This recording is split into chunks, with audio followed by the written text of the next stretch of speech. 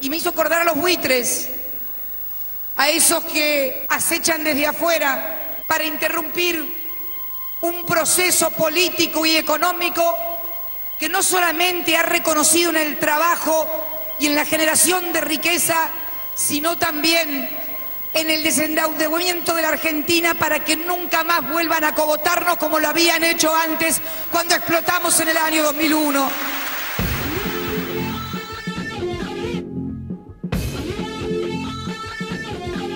Fondos buitres son unos capitales, ¿no?, que juntan plata y en vez de invertirlo, prestándole plata a alguien que necesita hacer algo concreto, un Estado, para hacer, por ejemplo, una obra pública. Típicamente los problemas en los cuales aparecen es cuando los Estados entran en default, pero hay un tiempo entre el default y la reestructuración de la deuda en el cual los bonos en default no cuestan nada.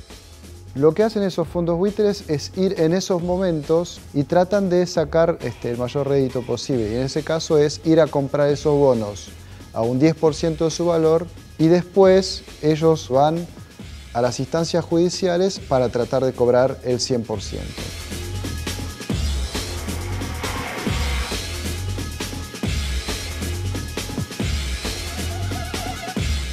Hace 4 o 5 años de esto, ¿no?, cuando se hizo la reestructuración. Ningún juez podía darle paso a la idea de que tenían los fondos buitres de cobrar el 100% de los bonos cuando los otros aceptaron una quita del 70%.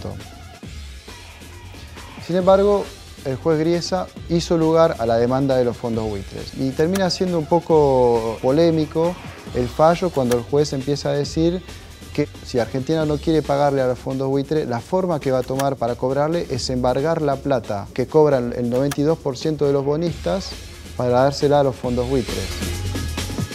Lo primero que habría que resaltar es el amplio y el contundente respaldo que ha recibido nuestro país frente a este ataque de los fondos especulativos que, bueno, se profundizó con el revés judicial allí en la justicia norteamericana.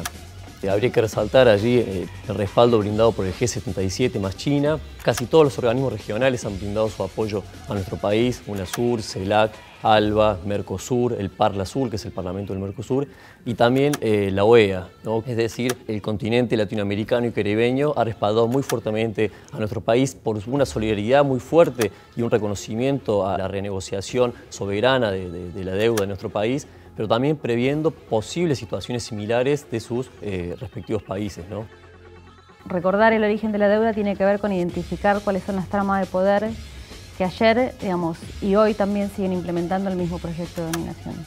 Hay que identificar el origen de esta deuda, sobre todo en la década del 70, fundamentalmente a causa del aumento de la crisis del petróleo. Los bancos del primer mundo se llenan de dólares que quedan disponibles justamente para hacer negocios en mercados que hasta ese entonces no se les daban muchos préstamos, como ser el de América Latina. En esa década, América Latina multiplica por 10 el volumen de su deuda externa. En el caso de Argentina en particular, ya en abril de 1976, el gobierno reforma el artículo 1 del Código Procesal Civil y Comercial. Ese artículo decía que ninguna cuestión patrimonial podía ser resuelta en tribunales extranjeros.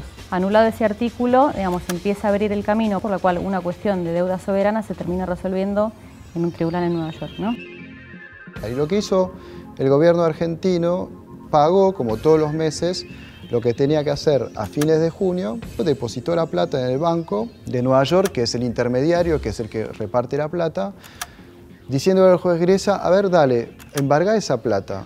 ¿Qué iba a pasar? Si embargaba la plata el juez Griesa, iba a entrar inmediatamente todos los bonistas a abrir juicios, con lo cual se iba a judicializar y extender toda la situación actual, a lo cual el juez obviamente no dio lugar. Con lo cual, bueno, lo que se está negociando hoy por hoy es una forma razonable para poder pagar este compromiso, ¿no? Indudablemente este enfrentamiento y este ataque del capital financiero mundial hacia nuestro país puso en evidencia la carencia y la necesidad de crear dos cosas fundamentalmente: instancias de resolución de controversias financieras y económicas que no estén sentadas en los centros de poder, ¿no? la UNASUR podría ser un buen marco a crear algún tipo de corte suramericana de justicia o instancia de resolución de este tipo de conflictos financieros. Y después, sobre todo, la urgente necesidad de poner a punto un organismo como el Banco del Sur que se dedique, por un lado, como está en sus objetivos principales, a fomentar el desarrollo productivo de los países, pero también a funcionar como una cartera de crédito para salvar a los países cuando se encuentren en algún tipo de urgencia. Si miramos lo que pasa en Europa, los ajustes son cada vez más fuertes, eso lleva cada vez más problemas políticos y problemas sociales, aumento del desempleo, y todo eso ¿para qué?, se dice uno, ¿no? Y bueno, todo eso es para pagar justamente una deuda que ya está llegando a niveles increíbles. No solo es un problema para Argentina, sino para Grecia, España, Italia y otros países que están en ese problema, ¿no? Nos damos cuenta de que hace varias décadas que se comenzó a implementar el proyecto neoliberal con mucha fuerza en este país y en todo el continente, y lo que vimos los últimos 10, 15 años tiene que ver justamente con una América Latina que vuelve a ponerse de pie, y es contra esto que el imperialismo está jugando. Y cuando se dice que si Argentina no paga la deuda, o que si Argentina no la paga en las condiciones que Nueva York impone, no va a haber más capitales, va a haber crisis económica, etcétera, etcétera, etcétera, lo que se está poniendo en juego es una vez más la amenaza de desinversión como un elemento disciplinador de los pueblos que quieren, ni más ni menos, ser soberanos, ¿no?